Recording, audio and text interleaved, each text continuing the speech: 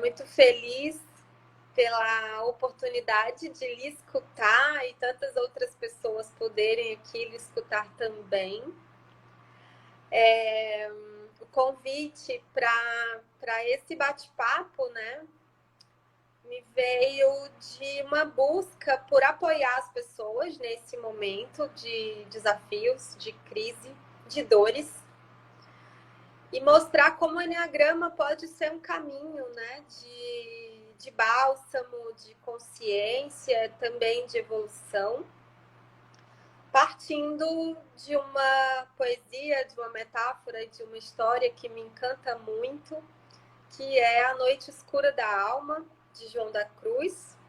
E aí eu vou mostrar o livro rapidinho, tá invertido, mas é um livrinho de uma poesia de um místico cristão, que o padre vai falar muito melhor do que eu, mas que fala e traz para a gente uma metáfora muito didática até, sobre como podemos viver esse caminho de não consciência e consciência, de personalidade e essência, como que a gente pode viver esse percurso e como a gente pode utilizar esse caminho de dor e sofrimento também como crescimento e evolução. Então, partiu também de escutar os meus pacientes e os meus alunos nessa dúvida, Flávia, e o que eu faço, né, agora? Então, me veio a Noite Escura como uma possibilidade de a gente partilhar um pouco sobre isso. Então, padre, estou aqui como sua ouvinte, como aprendiz. E, gente, façam perguntas. Na medida do possível, eu vou trazendo as perguntas aqui para o padre poder esclarecer. Então, fique à vontade, a live é sua. E, mais uma vez, muito obrigada por aceitar. Que bom. Então, muito obrigado, Flávia. É um prazer estarmos aqui de novo conversando. E esse assunto é um assunto realmente muito querido e muito significativo. E eu acho que neste tempo, como você falou, essa questão se torna mais forte para todas as pessoas, né? Boa tarde, agora já é boa tarde para todos e todas que já estão conosco. Um grande abraço. E a gente podia começar trazendo essa origem do conceito de noite escura, né? Que vem lá de Alexandria, né? Relacionado com o surgimento do símbolo do Enneagrama, né? No símbolo tradicional do Enneagrama, a gente tem ali entre o ponto 4 e o ponto 5 um hiato, uma quebra, né? O símbolo do Enneagrama em Alexandria, Alexandria foi fundada no ano 331 a.C., então a partir daí, na confluência de várias culturas, surgiu o símbolo do Enneagrama baseado em leis matemáticas. E esse símbolo, no início, era usado para explicar o movimento dos astros no firmamento, especificamente para explicar o ciclo lunar. E no símbolo do Enneagrama, o ciclo lunar começa no ponto 4. O 4 é o início. O 4 é algo novo. É vida que está surgindo, é a origem, é a inovação, né? E isso visto a partir do hemisfério norte, né? Nós estamos no hemisfério sul, para nós seria o contrário. Mas, visto a partir do hemisfério norte, Alexandria, vamos seguindo 4, 3, 2, 1, 9.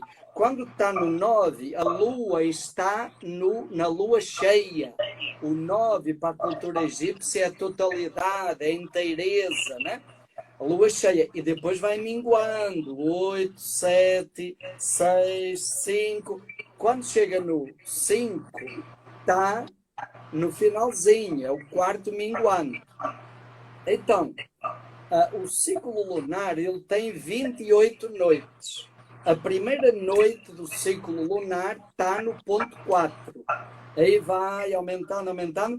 Quando chega no ponto 5, no final da volta, estamos na 27ª noite. Só que o ciclo lunar tem 28 noites. Na 28ª noite, quando a gente olha para o céu, o que é que vê? Nada, não tem lua. E então os antigos diziam, é a noite escura, a noite sem lua, onde o mundo acaba. Isso para nós é estranho, mas na cultura antiga e mesmo para as pessoas que vêm do interior, mais contato com os ritmos da natureza, elas sabem que cada ciclo lunar é um mundo. É uma dinâmica própria. Então, acabou um mundo e amanhã vai começar outro. O que começa amanhã é diferente do que terminou hoje e tem aí a noite escura no meio. E depois essa simbologia ela foi levada para as tradições espirituais.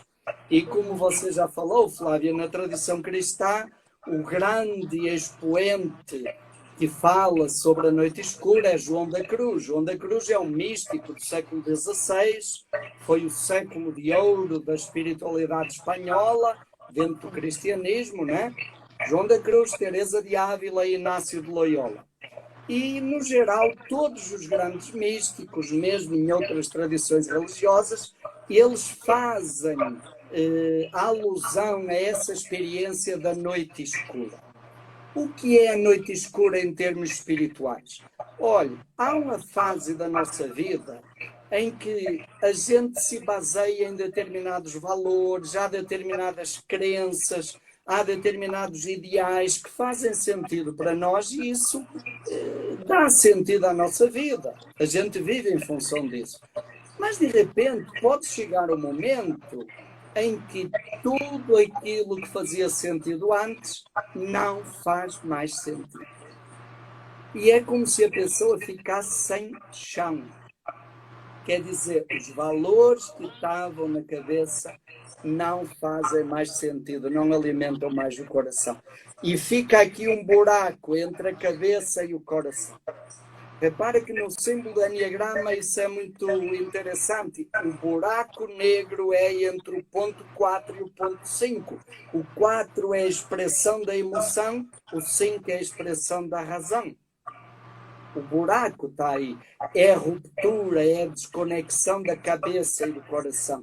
Aquilo que eu pensava, aqueles valores, aquelas orientações, não fazem mais sentido para o meu coração, não alimentam mais. E isso gera o quê? Olha, geram a noite de angústia. E essa noite às vezes demora uma semana, um ano, 10 anos, 20 anos, como muitos místicos experimentaram. Teresa de Ávila também experimentou isso, né? Sim. E nós podemos dizer que a noite escura pode ser vista como um tempo de angústia, mas pode ser vista como um tempo de transformação, um tempo de mudanças. Eu diria, Flávia, que é um pouco também o que acontece conosco na adolescência, né? A gente tem aquele corpo de criança, está acostumado com as roupas de criança e chega ali uma fase em que aquelas roupas de criança não cabem mais no nosso corpo de adulto, de adolescente, e fica ali uma coisa meio sem nexo, meio defasada, né? Meio desengonçada. Isso acontece com a nossa vida interior. Só que aí, repara, a noite escura para os grandes místicos sempre aparece como algo novo, a gestação de algo novo. E aí começa uma nova vida, a partir de novos valores, a partir de novos ideais, com um sentido novo, que novamente integra a cabeça e o coração. Padre, deixa eu só fazer duas colocações aqui, senão eu me perco lhe escutando. Uma é que quando o senhor traz essa compreensão a partir das mudanças da Lua, né, e a noite escura, faz muito sentido, por exemplo, para a psicologia e para os estudos das emoções, porque a Lua, ela fala justamente dessa transformação emocional, né? Das nossas mudanças emocionais. Então, a noite escura como um hiato disso, né? Exato. Então, é interessante trazer isso e também falar da noite escura, das noites escuras ao longo da vida, quando o senhor fala, né, da adolescência. Isso acontece em outras fases, né? Da infância para a adolescência, uma noite escura. A vida adulta para o envelhecimento também são noites escuras, né? Então, eu gostei muito da sua analogia, porque às vezes nós temos dificuldade de observar a transitoriedade da vida e talvez a gente pode justamente perceber essas noites escuras como oportunidade de transformação e consciência. Exatamente. E aí, aproveitando essa tua colocação, Flávia, a primeira coisa que é importante a gente perceber é isso. Não tem nada de errado. Tá tudo Isso bem, né? faz parte do fluxo da vida. Faz parte do fluxo do universo. As leis matemáticas do Enneagrama são o que são? A compreensão de que existe uma lei ou leis que a energia do universo segue essas leis. E isso acontece com a Lua e acontece conosco. Então nós também funcionamos assim, temos fases, né? E há ciclos, e há transformação, e há algo que termina, e algo que começa. Isso assusta, mas isso é a dinâmica da vida. E então isso nos pede um novo olhar. Não de olhar crise no sentido de fim, de angústia, de desespero, mas olhar crise como momento de mudança, de purificação, de criatividade, de originar algo novo. Nós vamos lá de novo para o ponto 4. Olha, vai começar algo novo, a partir da criatividade, daquilo que é único. Isso é bonito demais. É um momento da gente se perguntar, olha, o que é que faz sentido para mim? O que faz sentido? Quantas vezes nós vivemos anos e anos da nossa vida baseados em crenças que não têm lógica, que são coisas da nossa infância, que são visões distorcidas da realidade? Quanto tempo nós vivemos a partir das crenças da personalidade, acreditando que a vida é desse jeito, quando a personalidade nos dá uma visão distorcida da realidade? E aí chega num ponto que a gente começa a perguntar, espera aí, o que é que faz sentido a partir do mais profundo de mim? O que é que me realiza? Onde é que está o meu coração? Onde é que o meu coração vibra? Onde é que os meus olhos brilham? E aí nasce um novo, né? Nasce uma nova fase, um mundo novo, uma nova lua. Então é por aí, né? A noite escura vamos olhar como uma grande gestação espiritual, de vida plena, né? E acho que o Enneagrama, como você já colocou, Flávia, nos ajuda muito nisso, né? A primeira coisa que o Enneagrama nos diz é a gente acordar para a mentira que nós somos, né? A primeira coisa que o Enneagrama nos diz é o que nós não somos. Sei lá, imagina, eu como tipo 8 a vida inteira acreditei que estava todo mundo contra mim e que eu tinha que ser forte para impor uma imagem de força e respeito. Aí de repente eu digo, espera aí gente, não está todo mundo contra mim, né? Tem muita gente que não está contra mim. Isso muda completamente. Eu só me apresentar, porque eu não me apresentei, as pessoas estão perguntando quem sou eu. Isso. Gente, eu sou Flávia. Eu sou psicóloga aqui de Fortaleza. Também trabalho com Enneagrama.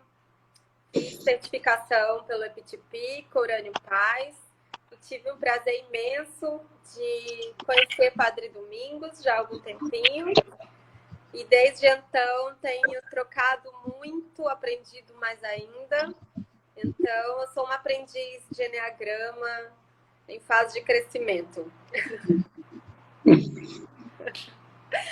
Falando, a gente parou, Padre, na sua colocação sobre a frase do Cláudio Naranjo, né?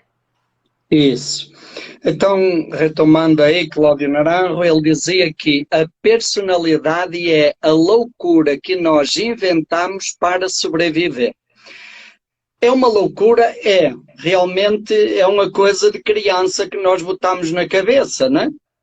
Não faz sentido, não tem fundamentação na realidade hoje, mas a loucura que nós precisamos inventar para sobreviver, quer dizer, a gente precisou dela. Sim. Essas habilidades nos ajudaram a sobreviver em situações de sofrimento, de carência da infância. Então foram habilidades. Isso quer dizer o que na vida adulta? Nós não podemos ficar só na personalidade? Claro que não. Mas as habilidades da personalidade podem ser úteis para nós lidarmos com o sofrimento que aparece na vida. A gente não precisa ficar procurando, catando sofrimento, mas a vida tem, o sofrimento faz parte da vida.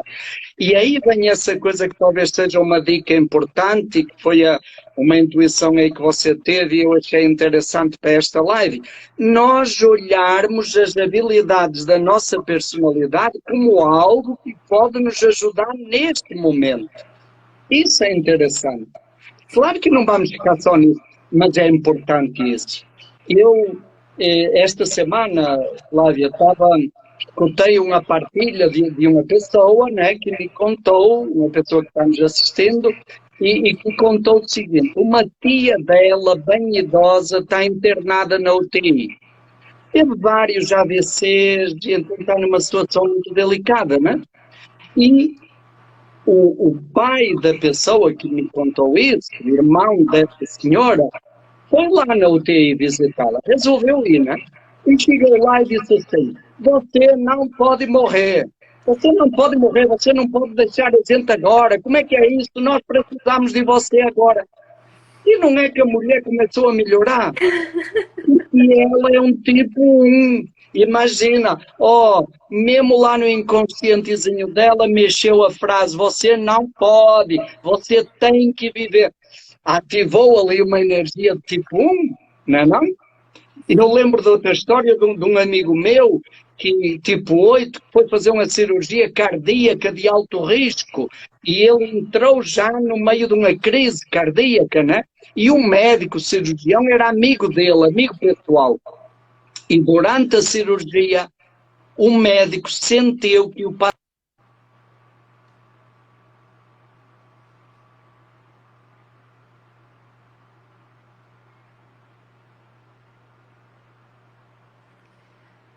Padre, acho que travou de novo.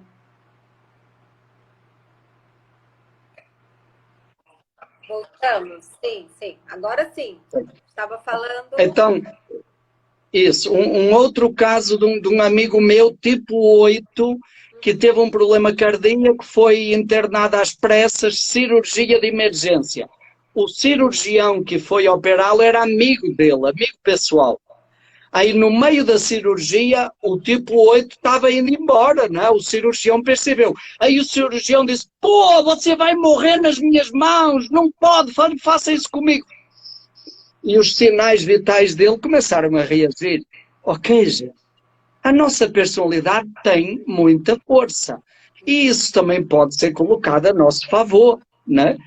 E neste momento da pandemia é uma ajuda, né?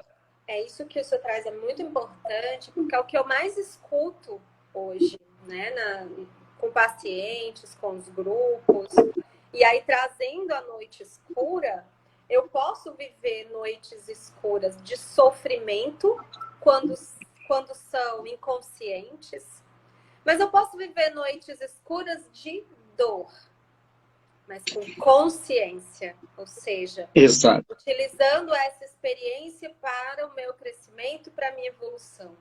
E eu penso, padre, que o que eu escuto, né? Ah, Flávia, então quer dizer que eu vou esperar, vou ter que ser essência para conseguir transcender as questões da minha vida?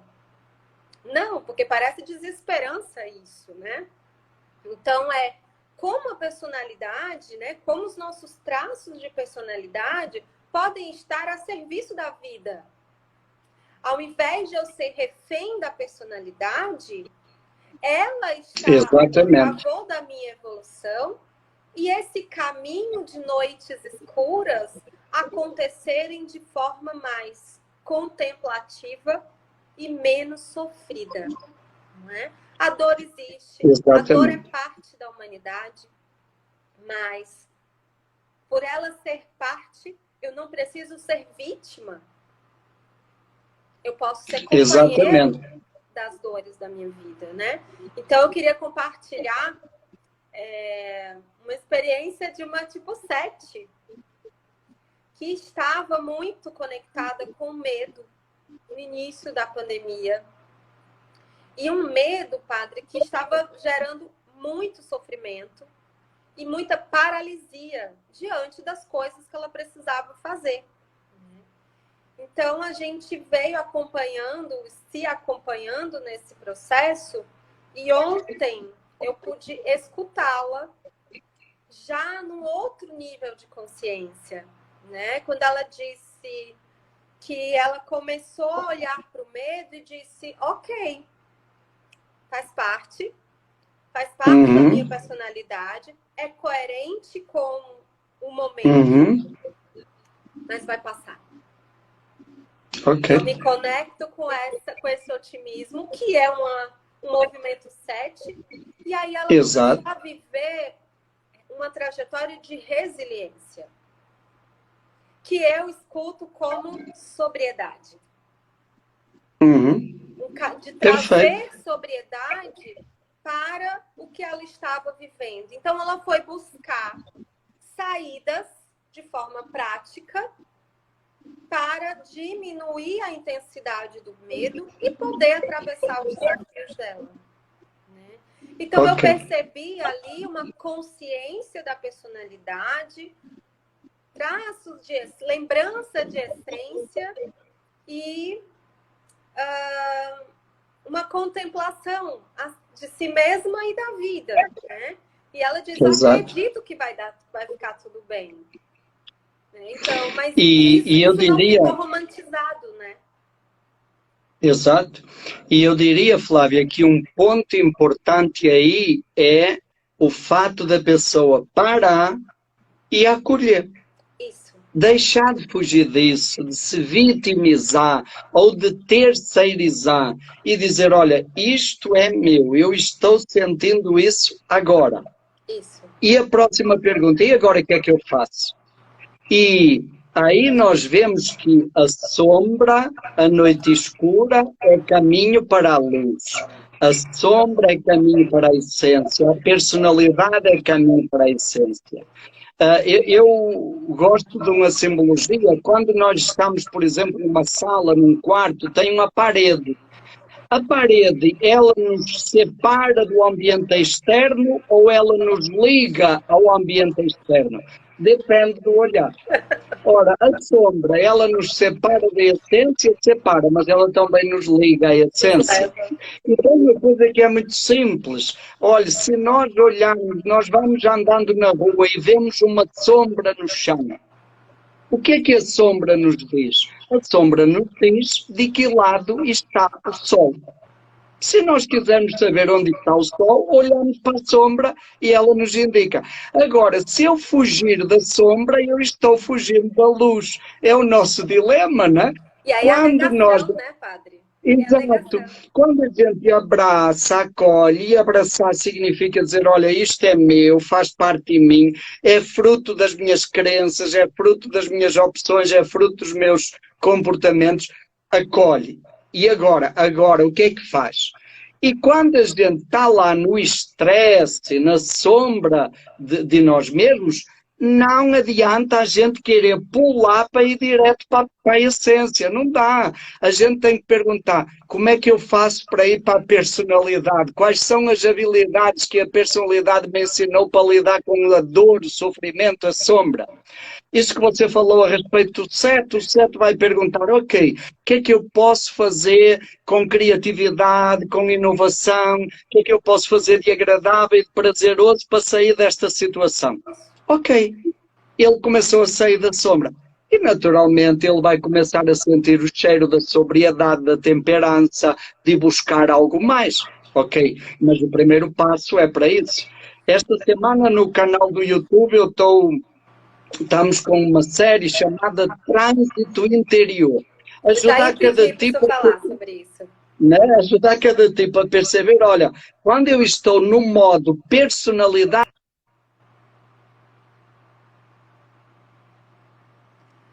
Ai, travou de novo, padre.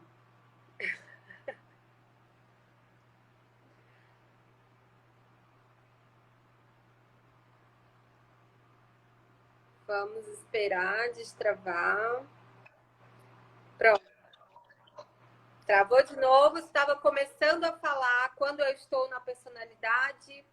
Sim, então a gente usou a simbologia do sinal de trânsito, né? O semáforo, a sinaleira, o farol, que tem o amarelo, o vermelho e o verde. Então, o amarelo é a personalidade, quer dizer, cuidado, tome cuidado para não se quebrar, precaução. Quando eu estou no vermelho, é perigo. O vermelho é o nosso ponto de estresse. Quando está verde, quer dizer siga, está tranquilo, deixe fluir. Estamos no modo essência. Então, acho que é importante cada tipo perguntar onde é que eu estou? Quais são os sintomas emocionais que eu estou experimentando? Gente, padre caiu de novo. Vamos aguardar que ele voltar.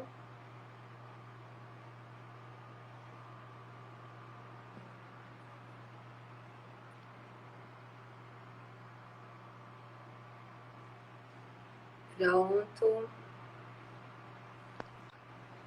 Voltamos. Vai dar Nas certo. instabilidades da vida. Padre, Então, deixa eu só fazer um parêntese. sim. Enquanto, já que caiu, dá tempo aqui eu respirar e fazer um parêntese.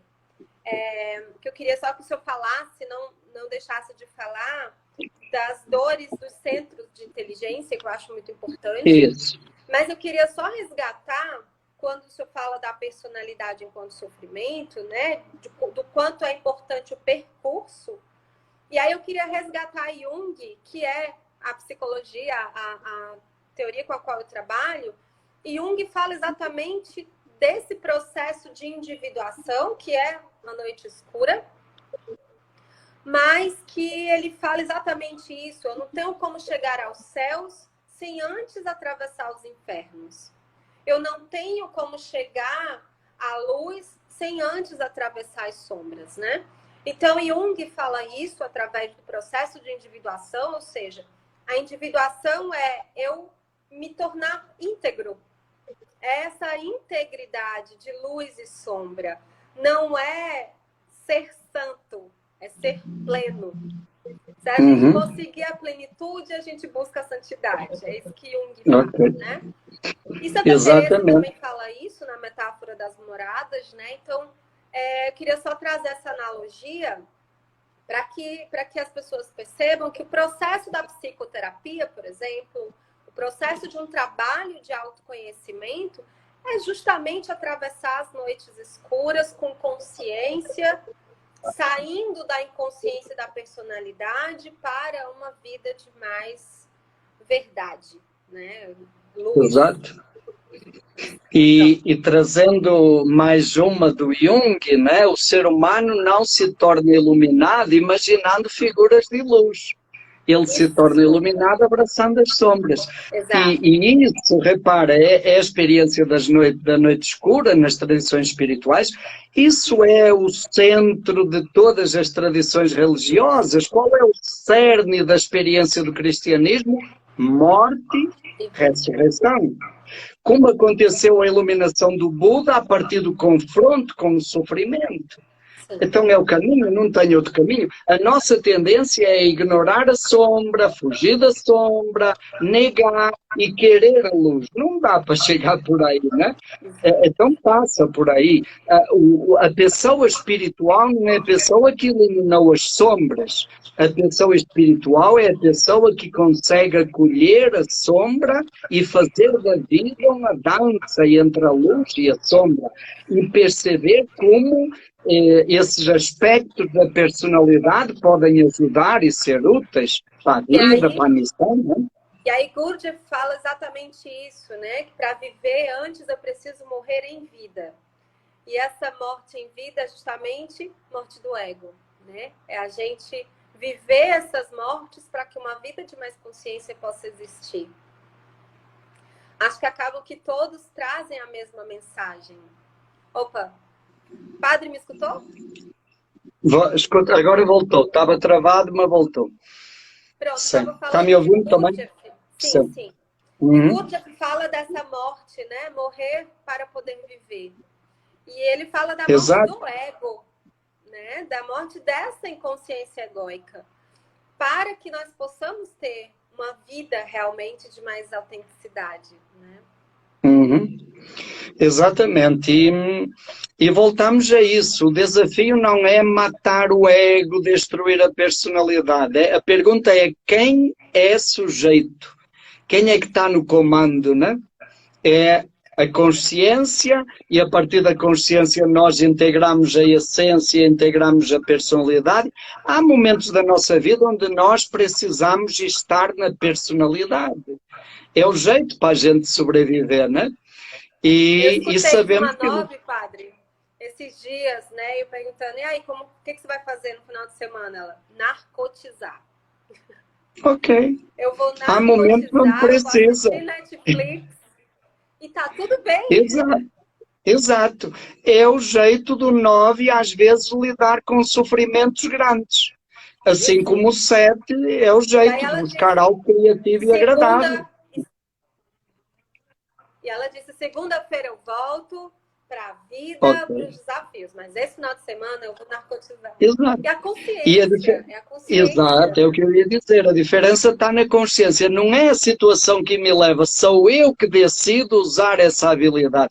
E aí deixa de ser uma crença, um mecanismo inconsciente e passa a ser uma habilidade que eu uso conscientemente. Perfeito, é uma ferramenta que eu tenho, não é? Muito bem. Exato. Voltando lá nas sensações dolorosas que você me pediu para falar, e que é talvez a dor mais profunda, mais inconsciente que cada um de nós carrega, né? Nos tipos da inteligência prática, o 891, essa sensação é uma sensação. Isso não é percebido assim claramente, né? É a sensação de insignificância. Aquela sensação de que eu não tenho valor, ou melhor, de que os outros não reconhecem o meu valor, não reconhecem a minha importância, não acreditam em mim, não acreditam no meu potencial, não acham que eu sou importante, né? Essa sensação dói profundamente. Todos nós sentimos isso, sentimos, mas quem é 8, 9 e 1 sente isso de uma maneira muito mais dolorosa. Nos emocionais, a sensação dolorosa, a dor profunda, é a sensação de não serem amados, ou de não serem tão amados quanto esperavam ou quanto mereciam. Portanto, nos práticos é uma falta de valor, de autovalorização. Nos emocionais é uma falta de amor próprio, é uma carência afetiva, né? E nos racionais, a sensação dolorosa é a sensação de incapacidade. É aquela sensação de que eu estou só, não tem ninguém para me proteger, e eu sozinho não dou conta e também ninguém vai me ajudar. Então isso me paralisa. E isso é comum ao 6 e 7, né? Então isso é o que está lá no mais profundo das nossas sombras.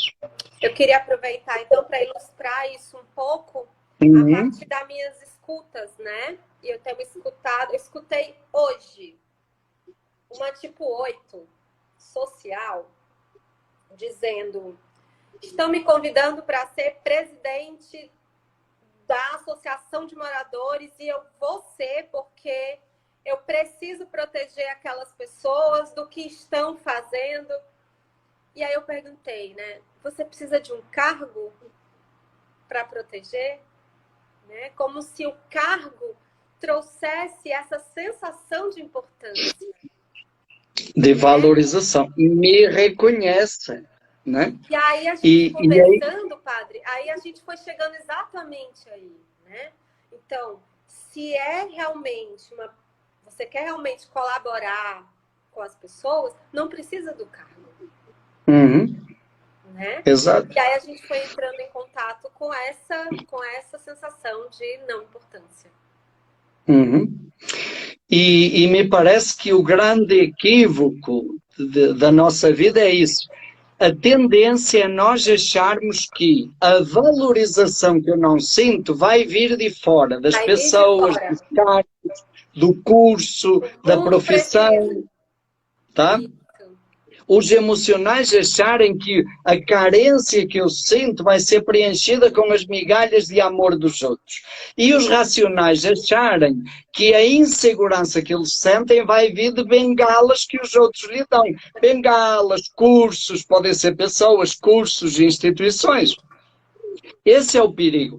Quando, na realidade, o grande desafio é perceber que tudo isso, a fonte para preencher essa carência, seja de valor, seja de amor ou seja de segurança, a fonte está dentro. Então, só eu mesmo posso dar a mim mesmo o valor, só eu mesmo posso dar o amor, só eu mesmo posso me dar a segurança, né? Isso é um desafio nosso. Isso é o começo de uma noite escura com consciência. Exato, eu Padre, diria, estão olha, perguntando aqui qual é o meu tipo. Gente, eu me identifico com a personalidade 2.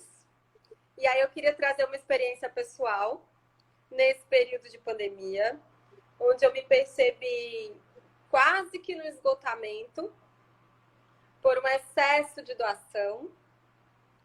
E a sombra do 2 é essa, né? Eu tenho que ajudar, temos que ser úteis. E eu estava percebendo exatamente isso, padre. Né?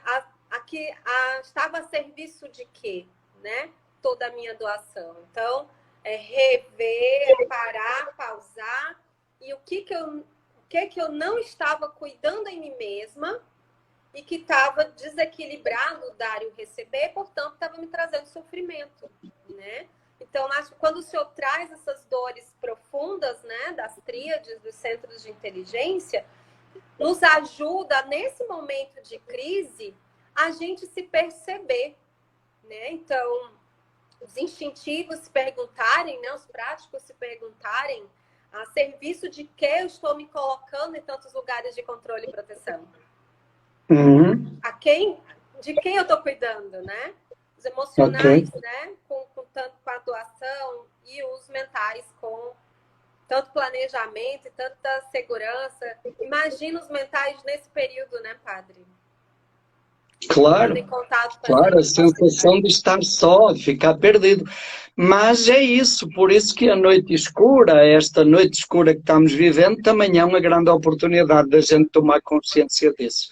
E tomando consciência, eu costumo dizer que tomar consciência, a palavra consciência vem de duas palavrinhas, com quer dizer estar junto, presente, chaiens, saborear, sentir o gosto. Eu diria que consciência é como quando a gente vai tomar banho, abre a água e bota o dedo debaixo da água a ver se está quente, se está fria. Consciência é isso, é a gente sentir o sabor das minhas emoções, do meu estado físico, eu me saborear, eu me sentir, eu tomar conta de como eu estou. Eu Então me é uma apropriar, oportunidade. né? Eu Me apropriar apropriar disso, me tornar responsável por isso. Eu acho que isso é 60% de todo o trabalho interior. De todo o trabalho psicológico e espiritual é tomar consciência. Eu depois diria que, olha, 30% é eu buscar o caminho, mudar o caminho. E aí eu vou perguntar para a personalidade como é que faz, ou vou perguntar para a essência como é que faz. Depois o resto é só deixar fluir que vai naturalmente, né? Voltando aqui para a personalidade 2 e pegando lá a sua analogia do trânsito, né? Então, na personalidade, as pessoas precisam de mim, eu tenho que ajudar os outros, né? Os outros têm mais necessidades do que eu. Olhando para o estresse, ninguém está me reconhecendo, ninguém está fazendo por mim o que eu faço por todo mundo, e vem essa raiva. E aí, quando a gente se conecta com a essência, quando a gente lembra da essência, a gente se encontra com esse não saber sobre o outro, o não saber sobre si mesmo e a consciência. Oi, padre. Travou, agora voltou. Você está falando aí do tipo 2, né? Do 2 na Isso. personalidade inconsciente. Nesse movimento de doação, em estresse, né? A raiva da não reciprocidade. E aí eu tô ajudando todo mundo e ninguém pensa em mim, ninguém faz nada por mim. E essa raiva por esse não doar do outro também. Na realidade, era tudo que a gente queria e não sabe pedir. E aí, quando a gente se conecta com a essência, eu estava ali escutando antes de começar a live, essa consciência de que, não, calma, para. Eu também preciso. Okay. Eu não preciso ir nesse viés de fazer pelo outro para fazer por mim. Eu posso fazer por mim e também fazer pelo outro. Exato. Então, que quando eu faço por mim, encontro a fonte que me preenche e depois transborda. E o meu fazer pelo outro não vai ser mais na expectativa de receber, mas vai ser de compartilhar, né? E aí não estou mais conectada com a escassez, né? Que eu dou aquilo que me falta. E sim Exato. com a abundância divina que eu transbordo e me preenche. O grande desafio é esse, e aí, Flávia, podíamos trazer um outro elemento que é das tradições espirituais, né? A noite escura, em última análise, é uma busca profunda de Deus. É uma saudade de Deus. Uma saudade da essência, daquele divino que nós somos. A gente passou muito tempo achando que a fonte estava fora, nos outros, no trabalho, no reconhecimento.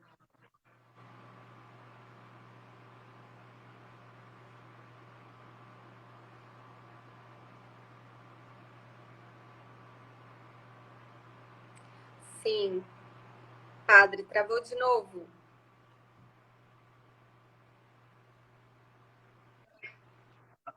Oi, voltamos.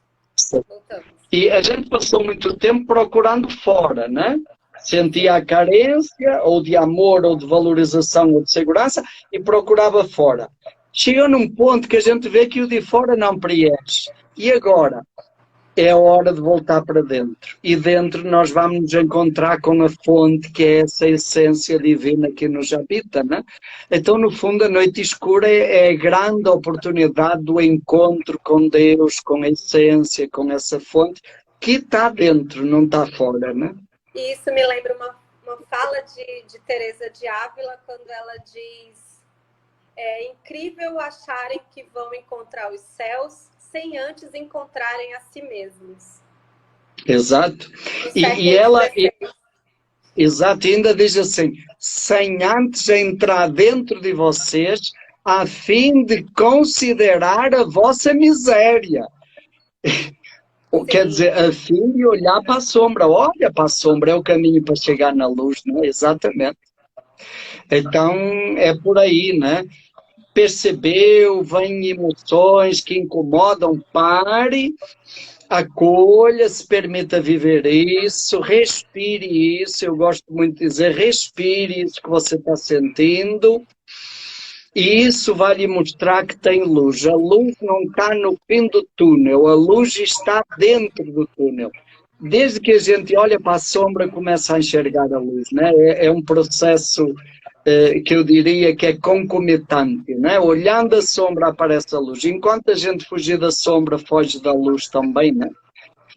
E o tempo é oportuno para isso. E aí, padre, uma preocupação, um olhar que eu tenho é de que, às vezes, é muito propagado que nós podemos evoluir, alcançar níveis de consciência sem precisar olhar para isso, né? Para a dor e para as sombras, né? E aí isso, às vezes, eu fico pensativa, sabe? Como buscar essa evolução, esse crescimento, esse autoconhecimento, sem conhecer partes minhas ainda não visitadas por mim e negando esse lado, né? Rumi diz isso, né? Pela ferida, pela fresta da ferida que se traz a luz. Né? Que traz a luz, exatamente. Então, querer negar uma parte nossa, ok, podemos ter uma vida de sucesso, dependendo do conceito que seja, mas eu reflito se teremos essa vida de consciência. Exato. E o Jung também diz que não há transformação sem dor, né? E não há ressurreição sem cruz, não há vida sem morte, né?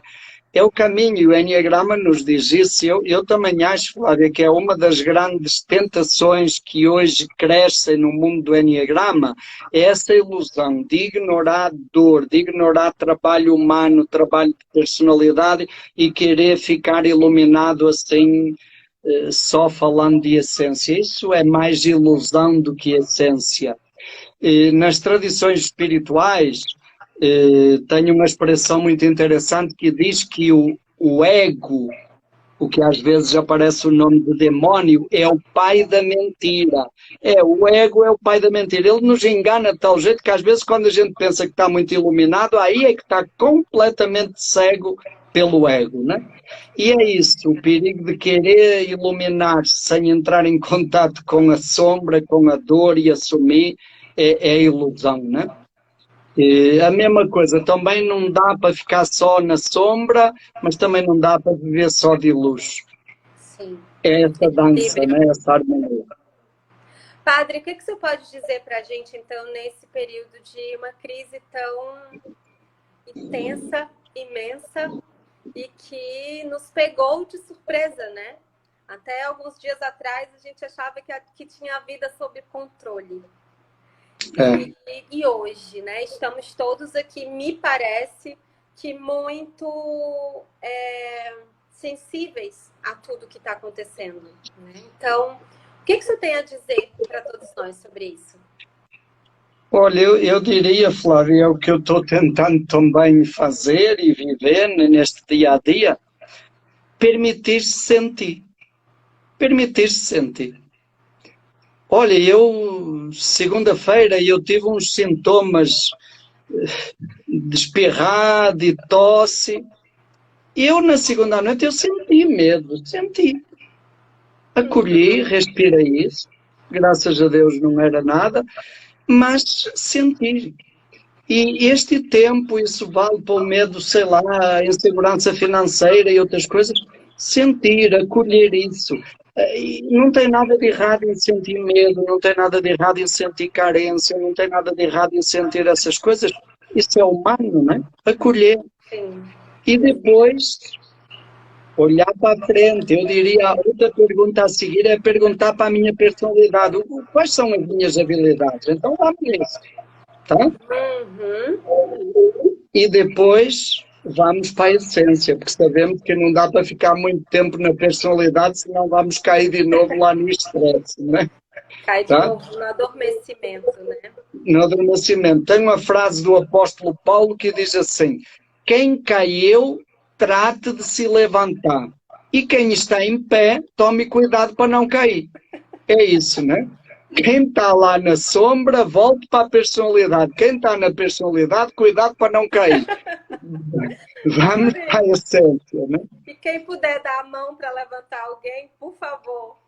Com certeza, né? Menos para o tipo 2. Para o tipo 2 já não precisa dizer isso, né? Muito bem, Padre.